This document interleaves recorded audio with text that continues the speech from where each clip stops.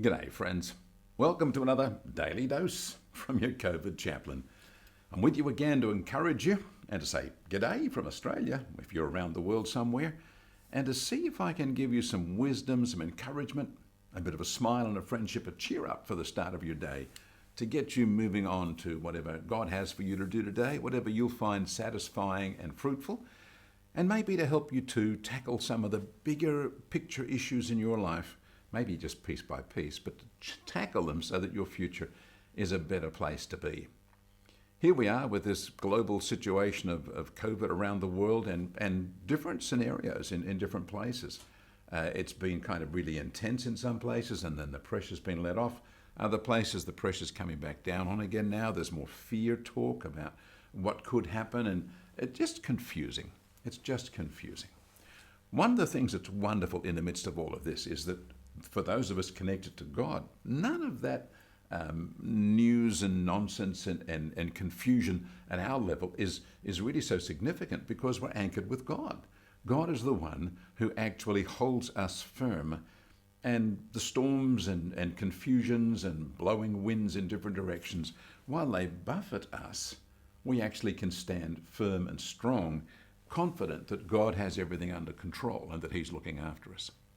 Now, I've been talking this week about newness. Monday I started with the idea it's a new day. We're looking at what is new in our lives, and I've given you a couple of pep talks about how to go and look around in your world and be open to what could be new.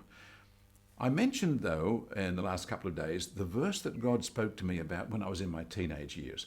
Behold, I will do something new. Now, that's a wonderful verse, but I didn't give it all to you, where it talks about I will make a way in the wilderness. You see, God says, behold, I will do something new among you, and now it shall spring forth. Shall you not know it? I will make a way in the wilderness and rivers in the desert. Now, that's fantastic. That's really impressed me in my teenage years. I think I knew that there was a lot in my life that was like still unsettled. There wasn't a lot of growth there. It was maybe a bit of a wilderness for me to try and work out which was the way to go. It was a bit confusing. There weren't clear landmarks. And also a bit of a desert, because I couldn't see that there was a whole lot of fruit in my life at that time. And here was God saying, I'll make a way through that wilderness, that confusing place where you wouldn't know where you'd be safe and you wouldn't know where to go. God will actually lay a path to follow. And on top of that, He would actually bring a way in the wilderness and rivers in the desert. Rivers, can you believe that? A place where there would be no supply, a place where there would be, you'd die of thirst. There'd actually be a river? Like, that's amazing. So that sense of newness that God is promising us is more than just, a new way to drive to work, a new recipe of food to eat, a new way to dress, or a new way to do our hair. Those sort of new things can be fun. They can be helpful. New technologies, all these things can be really quite helpful for us. But the most powerful and wonderful newness we need is that there should be a way in our wilderness. Now, what's a wilderness for us? Okay, let's say, for instance, you have a whole bunch of damaged relationships over the years, a whole bunch of lost dreams, and a whole bunch of situations where you feel like, how did I end up here? Well, that's your wilderness. And God can make a way in that wilderness, a way back out of it, a way to reconnect, a way to be able to get some productivity or finances, a way to be able to have meaning and purpose. So if your life is in any way like a wilderness, it's just got to the point where nothing particularly cultivated, you're a bit lost, you're not sure where you are, there's no great sign of any hope in your situation, God makes a way in that wilderness. And then rivers in the desert, wow.